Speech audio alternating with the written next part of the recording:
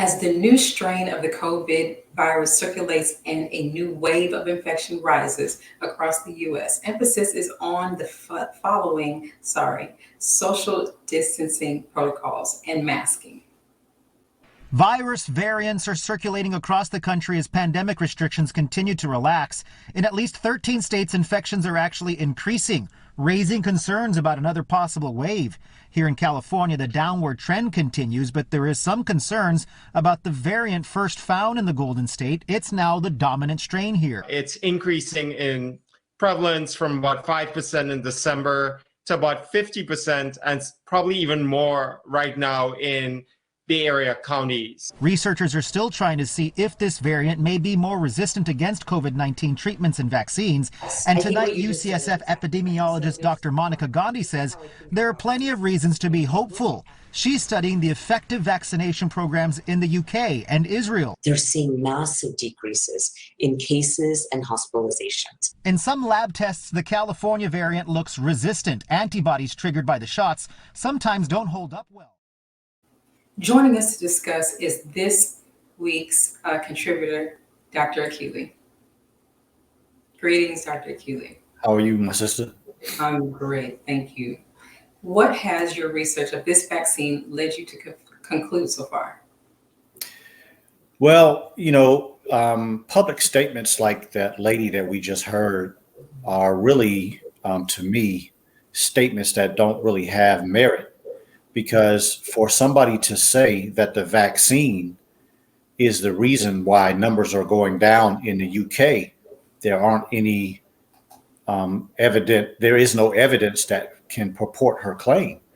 There was a downturn in most areas of the world outside of the United States before vaccines became available. The United States was really one of the few countries that were still on a high rise of the numbers. So to say that vaccines have caused a lower infection rate, I think is probably a little bordering on not telling the truth from my experience and research.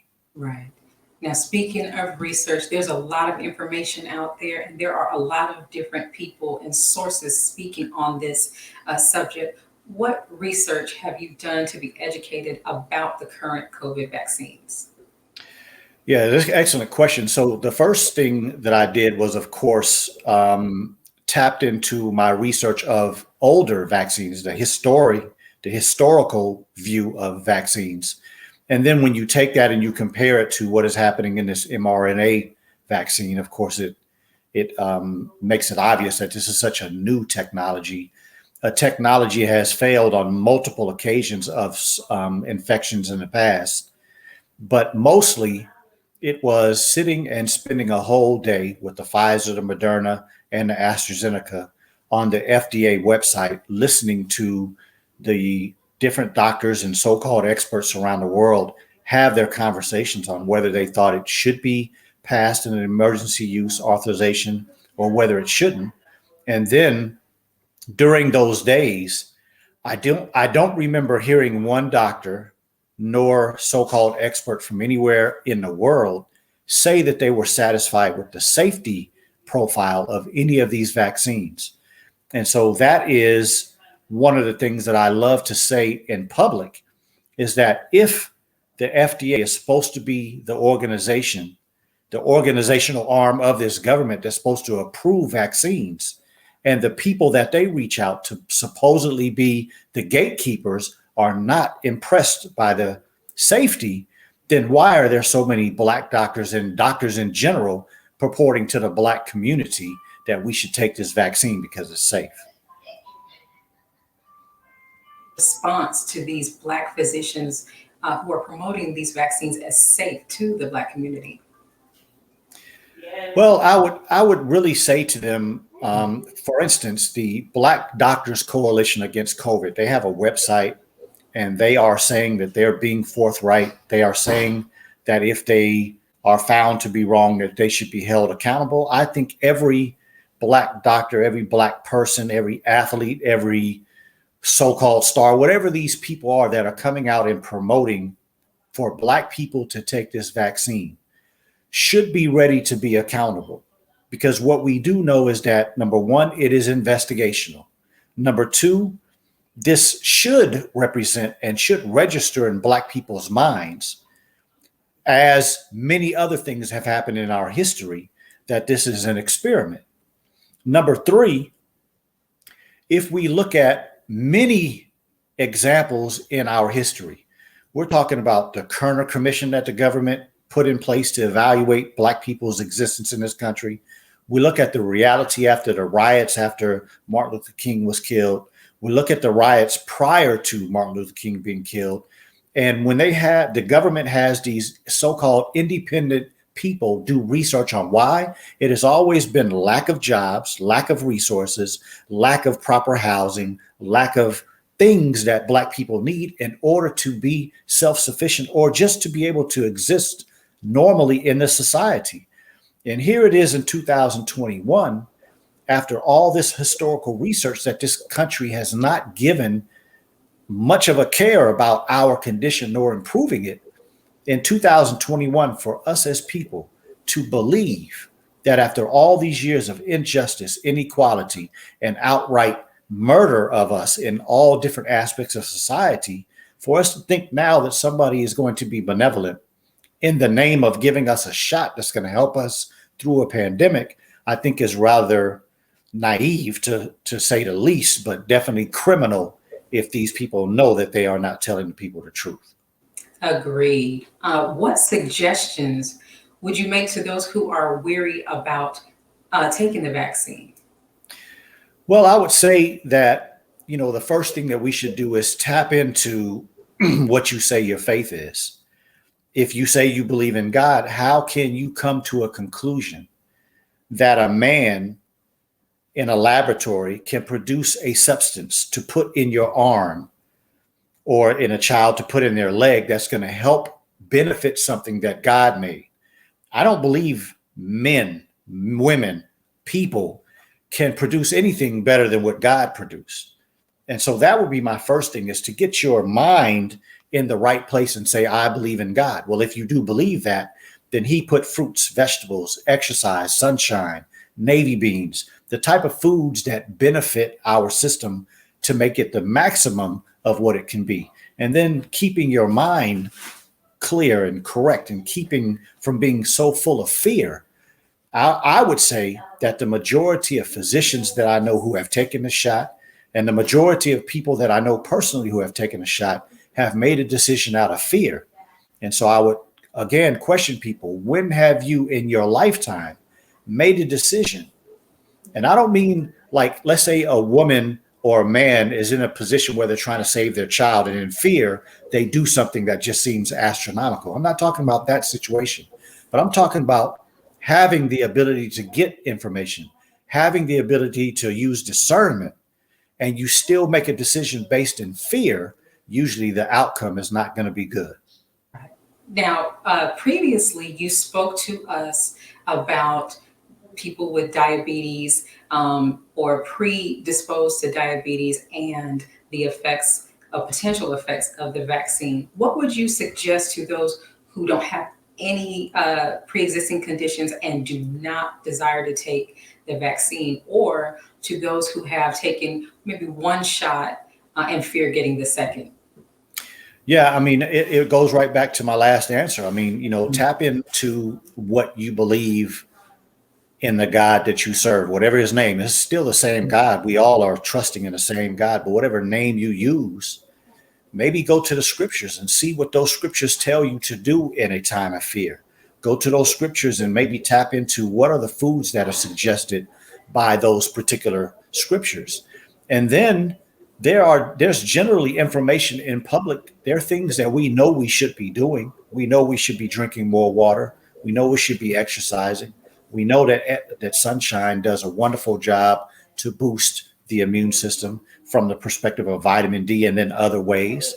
It's amazing that the Honorable Minister Louis Farrakhan said a few months ago that there are billions of vitamins that come when you're out in the sun and you spend time in the sun and you bathe in the sun. And then when there's a time of need, these vitamins activate themselves. And I'm sure there are people that would say, what kind of education age, he had to be able to make that claim.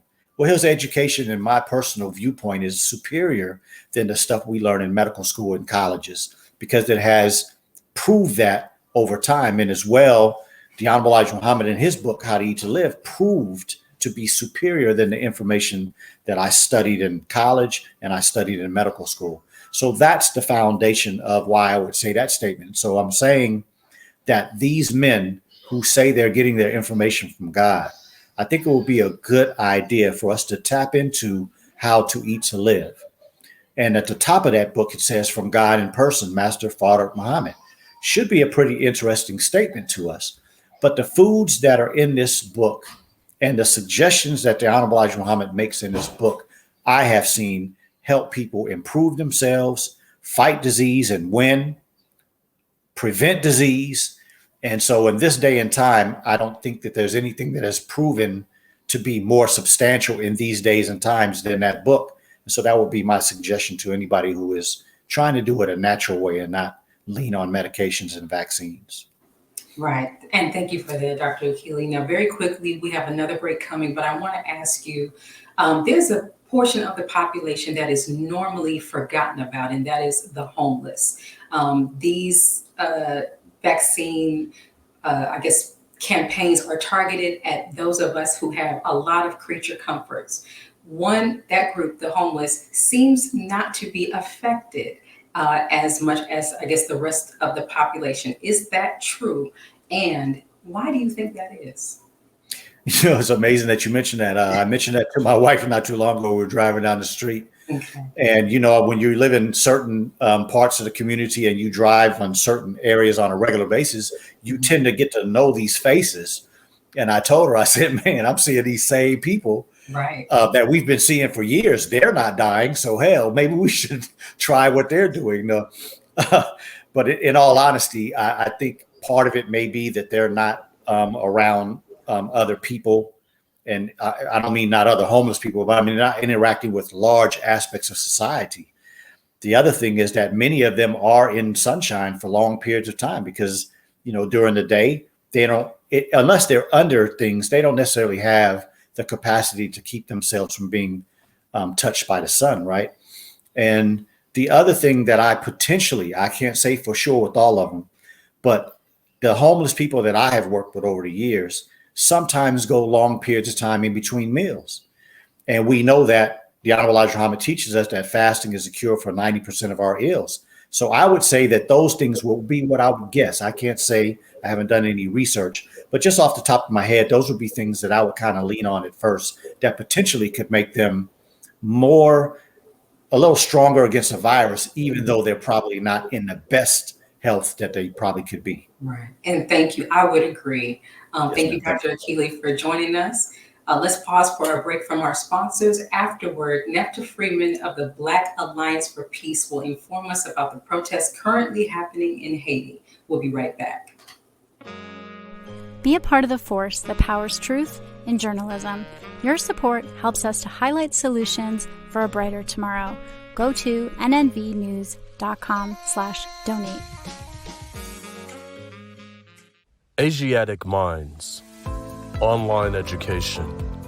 Helping our children to discover their God-given skills, gifts, talents, and passion that will allow them to see their greatness, as well as the greatness of our people.